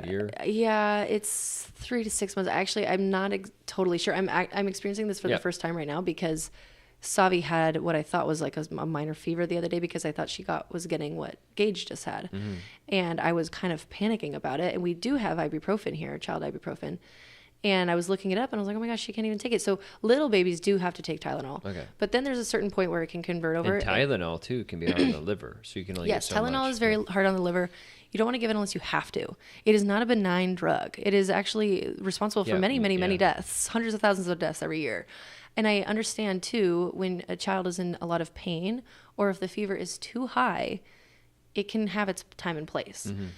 Something that's unfortunate though is that fever is really like misconstrued as a super terrible bad thing in this country. You need fevers, people. Fevers are important, and fevers are, they can be dangerous. Of course, we need to know about fevers. We need to know about what is a safe fever and what is a bad fever.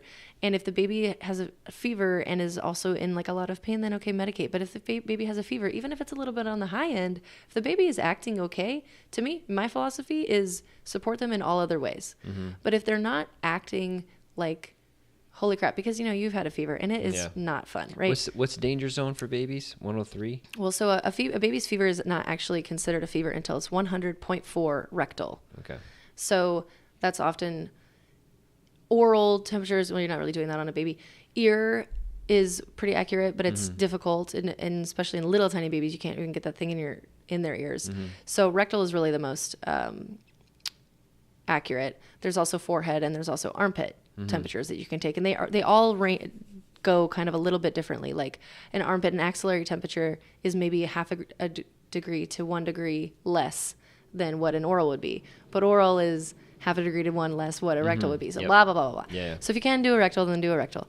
But so anyway, so they start a little bit higher, just as is, and then 104, 105, you're getting to like you need to be considering something. Take him to the urgent care. Yeah, to call in your pediatrician and your doctor. 103 is not that bad. Yeah, 103 is like for adults. That's bad, right? I don't remember. No, it's still fine. It just hurts. It sucks. Yeah, I had 102-degree fever last week, and it just it really takes a toll. I think I was at 103 when I had the hand, foot, and mouth.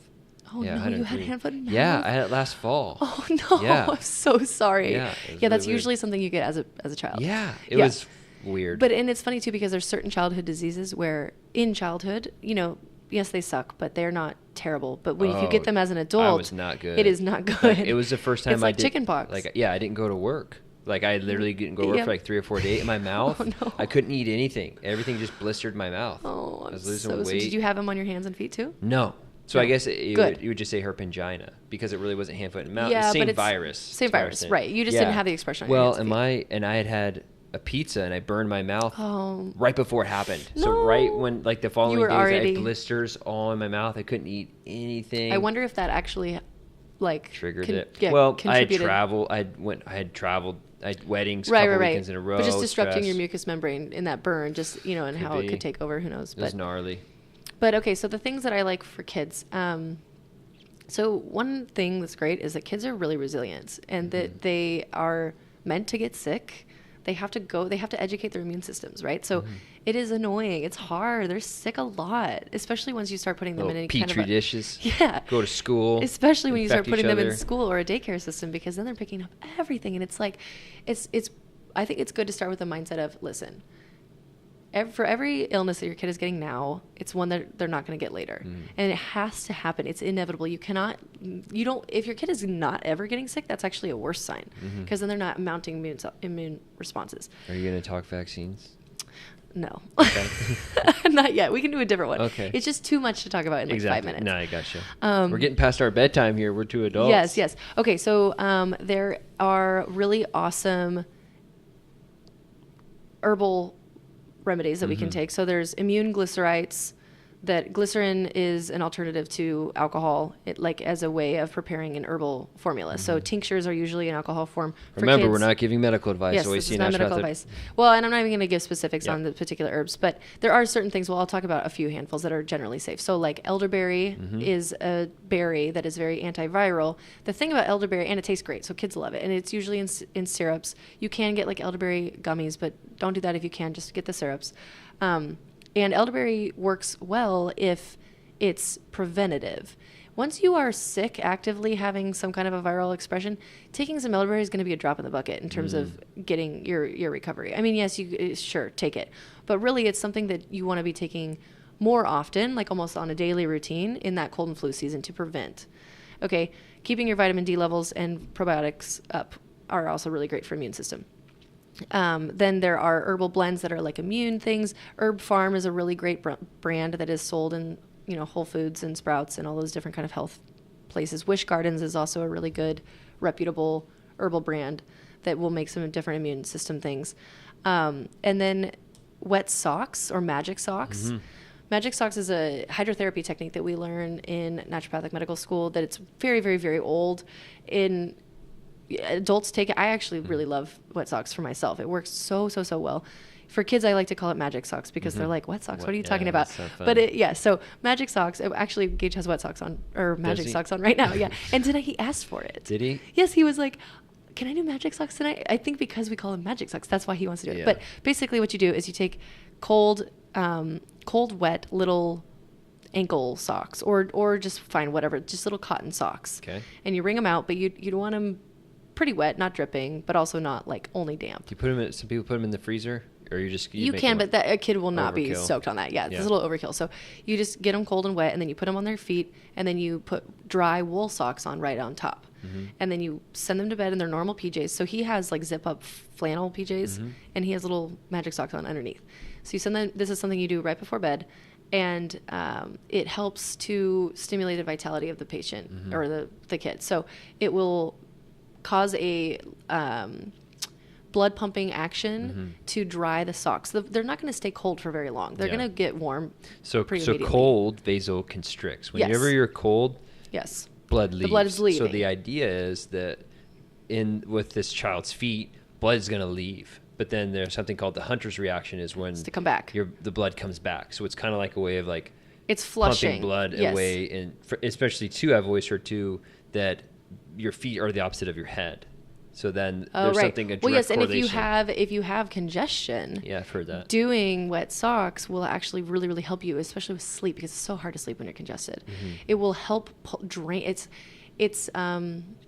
just try it. It's amazing. Try it as an adult. I love it. I love it. I love it. Love it. But also, what was I going to say? It might induce a fever-like action in the child. So just if that happens, just know that that's a thing that happens. It will be a very low fever. But it's good too because it's raising the core body temperature and it's stimulating. It's an immune stimulant kind of action that happens, and that's also very safe. And then there's homeopathy, and homeopathy is really difficult to. It's not very difficult, but I guess it's not as effective if you're not working with a practitioner who knows homeopathy really well. Yes, there are moms who read books and use homeopathy, and it's awesome, and they're really good at prescribing. The caveat with homeopathy is that you need the right remedy in order for it to work, and when you get the right remedy, that is magic. It is amazing. I'm still skeptical. I love homeopathy. I was on the homeopaphy shift for 5 quarters in a row. I am so obsessed with homeopathy. I'm skeptical. And especially with children. It's because children don't know about the placebo effect.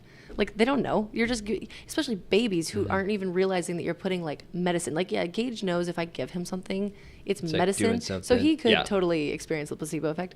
Little babies But even if the placebo, I'm all for it, too. If it works, it works. Right. If it works, it works. Then, placebo, like, who cares what it is? Care. Exactly. But you see with little infants, especially when they're teething, and then you're giving them these remedies, and you're like, you are acting differently, and you don't even know what I just gave you. Or, you put the tablet in. I've heard that way with animals, too. Yes, and animals, exactly. So homeopathy, incredibly safe, just kind of hit or miss depending on your expertise as a prescriber. Then there's even if it's some placebo on the mom's end, if she's like, the baby's better. Right, yeah, exactly. Real. Then if it's alleviating overall suffering, then whatever, I'm all for it. So, and then there's herbs, and then your nutraceuticals, as well as keeping the baby nutritionally well fed. I mean, this is a huge issue, and I'm experiencing it right now because Gage is the pickiest that he's ever been. He was the kid that would eat everything. I mean, he still eats broccoli and his green smoothies and all that, but he doesn't eat as many vegetables as I would like him to. And it's stressful. It's like very stressful, and they are defiant and they're picky and all these different things. Yeah, and you put them on carbs, and that's all they want. That's all they want. They want pizza and toast and cheese, and it's like, gosh, come on. They won't even eat chicken. My nephew's like, chicken. I'm like, chicken's great. What's wrong with you? Yeah. Like, sometimes I can understand. You don't want to eat broccoli? Cool with that, okay? But you can't go against chicken, dude. Like, what are you doing? So one way to sort of circumvent that is to just get into a habit with a daily smoothie, because smoothies can really mask a lot of super good nutrition in a really tasty way, because it's like berries. Berries are very healthy, and some orange juice. Okay, nobody's gonna die from a little bit of orange juice every day. Like, it's okay. Put some orange juice in your kid's smoothie, make it taste good so that they're getting it, because they're eating like a salad. I mean, his smoothies in the morning have all sorts of seeds and greens powders, and then handfuls and handfuls of spinach, organic berries, which are super powerful in and of themselves, and then orange juice and water. And like a nut butter for a fat, or like you can do coconut manna or a coconut milk or something like that. But that's something that I know that he gets every single day, no matter what else happens in the day of the nutrition. Like, he's got one good meal. Yeah, but exactly. I mean, that's just something. Like one good thing. The JT does the one. He's the weight loss guy. Oh, ND. And what's it? It's like smoothies, scrambles, shakes. soups and salads. Like I easy like way that. to like 5 for weight loss, but also they're just 5 easy ways to, or stir fries. Just like throw everything together, Right. mask the taste, and then it's all and good. it's like then. vegetables, and exactly, it's healthy. It's like just Yeah. keep it simple, and keeping it simple, right? Yes, Yeah. another S. But so that's kind of what I would say. Oh, vitamin C tablets are really easy when kids have teeth and they can chew. Mm-hmm. It's a little bit tricky when your infant is maybe like 9, 10, 11 months and they're sick because they can't chew a lot of things, right? But you can get powdered form of vitamin C's. You can, or liquid versions of all of these different things, so that even the kids that don't have teeth yet can consume them. And yeah, I would say that that's kind of like my main. Oh, I also am all for a really good night's sleep, and so you Sleep is the strongest anti-ager and immune booster. Okay? Yeah, absolutely, and just recovering from something, and their little bodies are working so hard at night to grow. Okay, and be working against an illness if they're sick. So there's also some herbal remedies of like fast asleep is an herb farm Okay. combination tincture. It's a glycerite, but you have to be very careful with the dosing because these are, not sedative, but they're nervine herbs, meaning that they work on the nervous system, and so you have to be careful. And also, this is something that you do not do willy-nilly, especially if your child is on any other medication. Don't do it You need to be nilly-willy. talking about this See a with your doctor. doctor to make sure that you're doing it correctly, because you could really hurt a child with that kind of a tincture if you're not doing it right. So where are you? Can people reach out to you and come see you yet? Yes, Are yes, you on can. Instagram? I am on Instagram. I'm working on a website, but it's just when you have 2 little kids, it's not happening. Yeah. So my Instagram handle is Morgan MacDermott. Just Go my find name. her. MAC MacDermott. I thought I was going to get away from a hard to spell last name when I got married, and that didn't happen. Way to go, Wes. I know, way to go, Wes. So yeah, it's just at Morgan MacDermott, and Eminem's cool. I like to that. tell you thanks. And yeah, this whole birth, babies, pregnancy, postpartum, and then really like motherhood is totally my jam. I mean, I always knew that I was always fascinated with it, right? I mean, as a 16-year-old wanting a home birth, like where does that come weird. from? That's what it is weird. It's totally. not. It's actually probably really freaking normal, like compared to Maybe else, like in but like 1400s or something, Yeah. but not anymore. 10,000 years ago, it's really normal. Exactly. It's kind of weird now. Exactly. Probably like peak fertility at 16 right now. But and then I was like a nanny, and I always wanted to work with kids and babies and all these different things. And I thought I was so prepared, and I thought it was going to be so much fun to have this child in medical school. And it just smacked me in the face. It was so much harder. I mean, breastfeeding, I can talk about. I remember you said that your breastfeeding with Gage was the hardest thing you ever did. It's the hardest thing I've I was ever like, done in my what? entire life. That doesn't even make sense to me. Yeah, and I've pushed out now 2 9-pound, 3-ounce babies at home, no meds, and breastfeeding him was the hardest thing that I've ever done because Wow. I just had no idea. You just don't know. Yeah. Nobody tells you, oh, if you're going to choose to breastfeed, it is 10, 12 hours out of your day. Yeah. Every single day, which means you don't do anything else. And this is what I was referring to with the partner is not really taking care of the baby. The partner is taking care of the mom so that she can take care of the baby, because mom doesn't have time to take care of her own self. And it's just madness. I mean, really, 2 adults taking care of 1 baby. You need 3 adults to take care of 1 baby in a proper way where everybody's happy and not anybody's depleted, and where the postpartum depression and anxiety rates are nil. Yeah. It's in a village. It is a village aspect. It literally does take a village, because the needs are just shifted. Like, it shouldn't be expected that the baby's going to sleep through the night. It should be expected, no, of course my baby's going to be up all night. But of course my neighbor's going to come over and hold my baby for 2 or 3 hours in the middle of the day so that I can sleep. Yeah. Like, that's the way that it would be. And I get that. Again, I'm so aware that this is not the way the modern society is. And I don't really know how to bridge this gap between what our biology is saying and how we're living now. But there needs to be some kind of a gap, or some sort of a bridge, because this gap is getting wider and wider and wider and wider. And this is like the cesspool of disease is what we're finding in between here. We need to license naturopaths in Idaho is what we need. It's actually, the bill I is saw going that. through. I saw It's that. Do you like know anything about the bill or not? Not much more than you I mean, probably I'll do. consider Boise if that works through. Come. Hey, Idaho, if you license, maybe I'll come up there and practice. Oh, this is good. I'll send this over to the legislatures. Send them to, hey, you want 2 all-star NDs? Yeah. Well, you'll probably be there either way, but I don't know. I feel like this week, Massachusetts, New Mexico. New Mexico, too. A yeah. lot of, it's like something's Guys, trendy right now. We're on the yeah, up and up, man. we'll the see. naturopaths. I know, it's cool. That would be really exciting. Yeah, it would Just be another really option. So, But I think it's getting past our bedtimes, yes, Morgan. we got to get going. No, thank you so much for having me. I could talk about this forever and ever and ever. I hope you learned something. I learned a frick ton. Good. Frick ton. Yeah, I don't even use the word frick. I don't know where that came from. I've I learned a lot. actually said frick the other day, and then I heard Gage saying, he said, my frickin' leg hurts. And I said, excuse me? And then I was like, what? How has he ever heard this word? But then I realized I actually do say it. Yeah, and I mean, I hope there's part of me that's thinking that I'll get more into fertility on the men's side because it's such a need. And there's nothing going on there, and I don't, that was literally kind of why I wanted to do this podcast because I'm scared. Yeah. And when I find a partner, we want to have a kid, I want to be halfway educated to be like, oh, we need to do this, this, and this. Right. Exactly. So, and I think so much of that too is just knowing that there's a lot of really important work that can be done before you get pregnant. Yeah. And that's the unfortunate thing too, because a lot of people don't know this. I just have to end here, which is that by the time you find out you're pregnant, you're 4 or 5 weeks pregnant, you've missed that period, you've realized you've missed the period, say it's accidental, right? Or it's maybe not planned, I should say, not accidental, because that kind of has a negative tone to it. But a lot of people find out that they're pregnant. They're kind of like, oh, we weren't trying or whatever. And so then they get on a prenatal and they're already pregnant. And most of the body mapping of that baby is done. Yeah. Most of the hard work right? is done. No, in the first 6 weeks. First 6 weeks. First 6, 7, 8 weeks. Like those are the really vital weeks. And that's not when you go to the doctor. You don't go to the doctor until 12 weeks. So you're not getting any guidance. And hopefully you're taking some kind of a supplement, or you have a good diet, or you haven't been drinking and smoking. And smoking is another one we didn't even talk about. But no smoking. No smoking, no drinking. No weed. You want to make sure you're sleeping on no weed. You want to make sure that you're doing all of these cocaine. things. Yeah, no cocaine, no no meth. Molly, no meth, no heroin, none of the things. Okay. But this is where these kind of conversations are so important because it's too late. Yeah. In so many cases, it's too late. It's, oh, hey, I'm 12 weeks pregnant. Now my baby's whole body basically is completely set. It's just getting bigger for the rest of the pregnancy and developing, of course. But still, I just wish that I could catch all of these women beforehand and be like, oh my gosh, be on this for several months prior to you getting pregnant. And so then when you do get pregnant, you're in the clear. Stuff's fine, Yeah, anyway, we can talk about this. People reach out.